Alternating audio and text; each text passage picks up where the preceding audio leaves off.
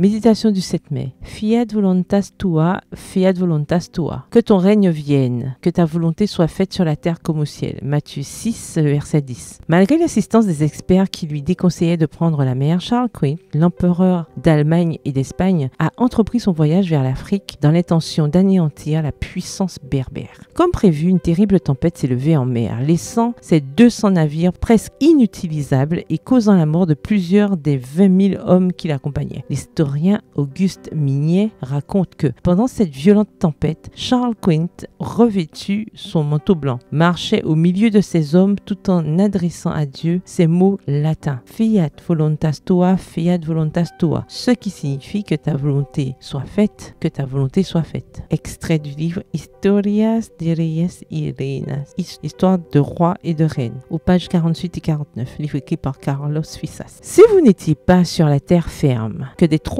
d'eau tombaient sur vous, qu'un vent contraire repoussait votre navire et que vous aviez subi des pertes importantes, auriez-vous le courage de dire à Dieu que ta volonté soit faite? Quiconque s'est trouvé dans une situation similaire sait qu'au milieu de la tempête, il est difficile d'avoir une telle conversation avec Dieu. Lorsque malgré tous vos efforts, vous ne voyez pas d'issue, lorsque vous essayez de regarder devant vous et d'aller de l'avant, mais que vous ne voyez qu'un avenir incertain, lorsque vous n'avez pas de réponse à vos questions, c'est le bon moment pour exercer votre foi. C'est le meilleur moment pour laisser Dieu agir et faire de vrais miracles dans votre vie. Et le plus grand miracle pour les filles de Dieu, c'est d'avoir la paix au milieu de la tempête. L'empereur Charles Quint, sachant que les navires ne pouvaient tenir que 2 heures de plus en mer, a dit à tous ses compagnons: ne vous inquiétez pas, dans une demi-heure, tous les frères et les religieuses d'Espagne se lèveront pour prier pour nous.